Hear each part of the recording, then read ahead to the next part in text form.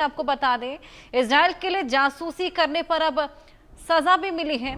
Iran में एक व्यक्ति को फांसी दे दी गई है। तो जिस तरीके से प्रहार लगातार जारी, अब ईरान में एक व्यक्ति को फांसी दी गई क्योंकि वो इजराइल के लिए जासूसी कर रहा था। जिस तरीके के हालात बने हुए हैं, ऐसे में ईरान और इजराइल के बीच कट्टर जंग यहाँ पर छिड़ गई है और ये केवल और केवल एस्केलेट हो रही है। अनुज माथुर जी, एक व्यक्ति को जासूसी करने को लेकर फांसी तक की सजा यहां पर दे दी गई है।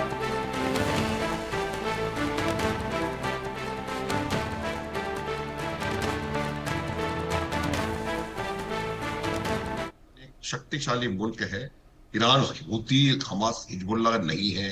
अगर अमेरिका और इजराइल ये सोच करके और उनको हूती हमास जैसा समझने की गलती कर रहे हैं तो उनको बहुत मार पड़ने वाली है, ये बात उनको पता होनी चाहिए। लेकिन इजराइल की सबसे बड़ी ताकत और ईरान की कहीं ना कहीं सबसे बड़ी कमजोरी है, वो ये है कि जो इजराइल की इंटेलिजेंस एजेंसी है मोसाद, उसका एक बहुत जबरदस्त इकोसिस्टम, बहुत जबरदस्त नेटवर्क पूरे ईरान में फैला हुआ है।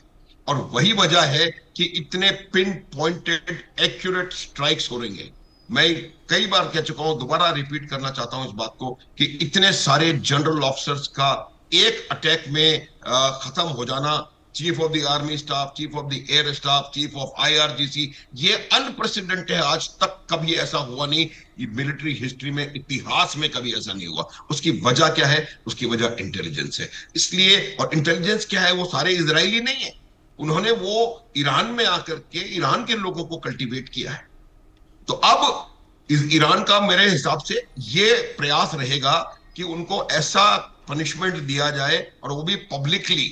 और ईरान जैसे देश इसको कर भी सकते हैं, ताकि एक एक मैसेज जाए उन लोगों के पास जो कि शायद उनके हिसाब से इजराइल के लिए काम कर रहे हैं। दूसरा, और उनको एक और अटेम्प्ट कर रही है ईरान की जो संस्थाएं हैं, इंटेलिजेंस एजेंसीज हैं, कि इनमें से कुछ लोगों को डबल क्रॉस करवा करके और इजराइल के ही खिलाफ उन्हीं लोगों को खड़ा कर दिया जाए। लेकिन जहां तक मेरा समझ है, मेरी समझ है, मेरा मानना है कि जो इजराइल की मोसाद है, उसका इंटेलिजेंस में दुनिया में कोई सानी नहीं है।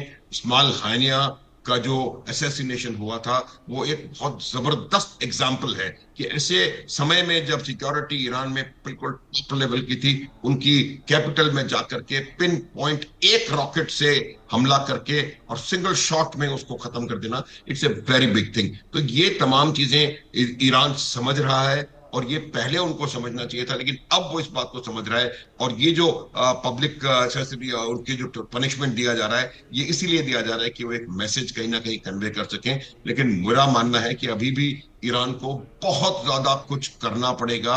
इस मोसाद का जो इंफ्रास्ट्रक्चर है, जो मोसाद का इकोसिस्टम है, इसको ध्वस्त करने में बहुत ज्यादा टाइम लगेगा। अगर कर पाए तो मुझे लगता नहीं कि वो इसको कुछ कर पाएंगे। हर्षा, बिल्कुल। इसी बीच एक और बड़ा अपडेट दोनों के पास मैं वापस आऊंगी। हार्मुज स्ट्रेट की टेंशन पर हरदीप पुरी का बयान सामने